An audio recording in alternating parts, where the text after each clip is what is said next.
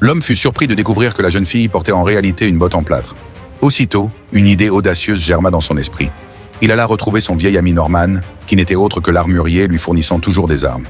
Peu importe le type d'arme, Norman savait les fabriquer aisément. Mais cette fois, la raison de sa visite était bien particulière.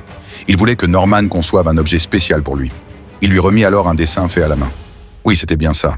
Jamie voulait que Norman lui construise une arme spéciale, une arme qui puisse être démontée et réassemblée facilement, et qui puisse être dissimulée dans la botte plâtrée. La seule exigence, qu'elle échappe au détecteur de métaux. Car s'il pouvait la faire entrer dans la salle de concert, Jamie réussirait son assassinat sans difficulté. Jamie, qui en devint aussitôt inséparable, emmena l'arme dans un coin reculé. Après plusieurs réglages et essais, il la calibra parfaitement pour garantir que son assassinat ne connaîtrait aucun échec. Mais il ne savait pas encore que sa cachette allait bientôt être compromise. La veille, la CIA avait arrêté le suspect Larry, et sous la torture de Black Sister, celui-ci finit par révéler l'endroit où Norman cachait ses armes. Black Sister avait encore une autre question. « Comment as-tu trouvé mon adresse ?»« C'est Norman qui me l'a donnée, » répondit Larry. Cette réponse confirma les soupçons de Black Sister. Il y avait bien une taupe au sein de la CIA qui transmettait des informations à Norman. Dès que la cache de l'armurier fut localisée, les agents lancèrent une opération pour l'encercler. Pendant ce temps, ailleurs, Jamie et Norman buvaient et discutaient joyeusement, sans savoir que le danger s'approchait.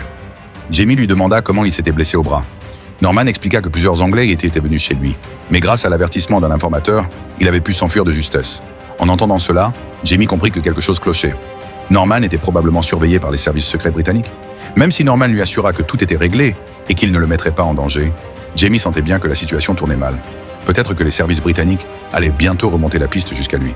Jamie, qui avait décidé de se retirer après cette ultime mission, ne voulait absolument pas que quoi que ce soit vienne compromettre ses plans. Mais le lendemain, alors qu'il quittait les lieux, une voiture immatriculée en Grande-Bretagne croisa sa route. Alerté, il fit aussitôt demi-tour et s'installa dans un café en face de la maison de Norman. Quand il vit plusieurs hommes lourdement armés descendre du véhicule, il appela immédiatement Norman. Réalisant le danger, Norman supprima toutes les données de son ordinateur et prit une arme à portée de main, prêt à vendre chèrement sa peau. « Hello, Norman !» fit une voix. Bien qu'il fût capturé sur le champ, Norman ne dit rien sur Jamie. Mais Black Sister, observatrice, finit par trouver un indice, un sac à dos laissé par Jamie. Pour elle, cela prouvait que Jamie était bel et bien passé par là. Même si Norman restait muet, elle était convaincue qu'il reviendrait.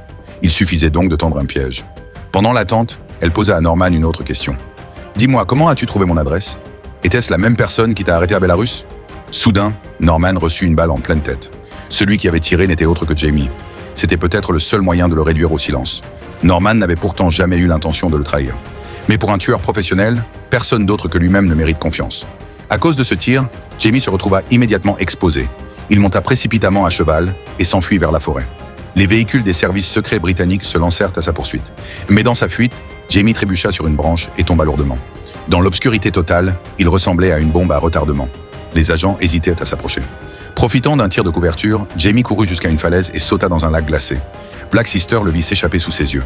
Peu après, Jamie refit surface, mais transi par le froid et affaibli par la nuit, il décida de se réfugier dans une meule de foin pour se reposer un instant.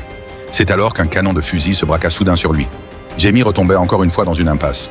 Pourra-t-il s'en sortir vivant ? Attendons de voir.